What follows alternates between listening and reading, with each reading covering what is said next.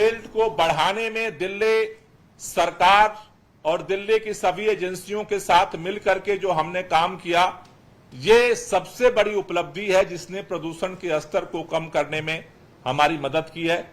दिल्ली के अंदर 2013 में जो 20% ग्रीन बेल्ट था वो 2021 तक 23.06% हुआ है। और सबसे बड़ा अचीवमेंट पिछले 4 साल में हमने हासिल किया। पिछले चुनाव के दौरान दिल्ली के मुख्यमंत्री अरविंद केजरीवाल जी ने उस समय ऐलान किया था, 10 गारंटी दी थी दिल्ली के लोगों को। उनमें से एक गारंटी थी अगले 5 साल में 2 करोड़ पेड़ पौधे दिल्ली में लगाए जाएंगे। ये 4 साल में ही हमने इस लक्ष्य को हासिल किया और जिसका परिणाम यह है कि प्रदूषण को स्तर को कम करने में हमें सफलता मिली है। दूसरा, जो हमने ट्री ट्रांसप्लांटेशन पॉलिसी दिल्ली सरकार ने बनाई, उससे वृक्षों के ट्रांसप्लांटेशन में हमें काफी सफलता मिली है। जो पेड़ पहले काटने ही पड़ते थे, उन पेड़ों को काटने की जगह हमें उनको ट्रांसप्लांट करने में सफलता मिली है। तीसरा, जो सबसे बड़ा कारण जिसकी वजह से प्रदूषण को स्तर को कम करने में हमें सफलता मिली, दिल्ली के अंदर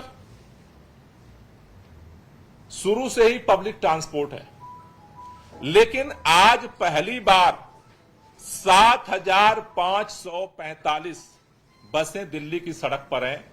इतनी बसें दिल्ली की सड़क पर कभी नहीं रही। मैक्सिमम जो संख्या थी हमारी सरकार से पहले 6,000 की थी, 6,000 प्लस थी। अब वो बसों की संख्या 7,545 बसें हैं, जिनमें से लगभग 2,000 इलेक्ट्रिक बस को दिल्ली की सड़कों पर उतारने में सरकार सफल हुई है। देश के अंदर कोई ऐसा राज्य नहीं है, कोई ऐसा शहर नहीं है, कोई ऐसा महानगर नहीं है जहां पर 2,000 इलेक्ट्रिक बस चलती हो, चाहे वो कितना बड़ा स्टेट हो।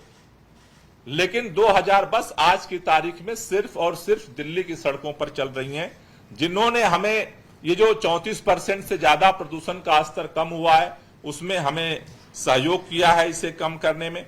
दिल्ली के अंदर 2020 में हम लोगों ने इलेक्ट्रिक व्हीकल पॉलिसी लेकर के आए, जिससे प्राइवेट गाड़ियां जो लोग खरीद रहे हैं उनमें भी ईवी को हम लोग प्रमोट कर सकें।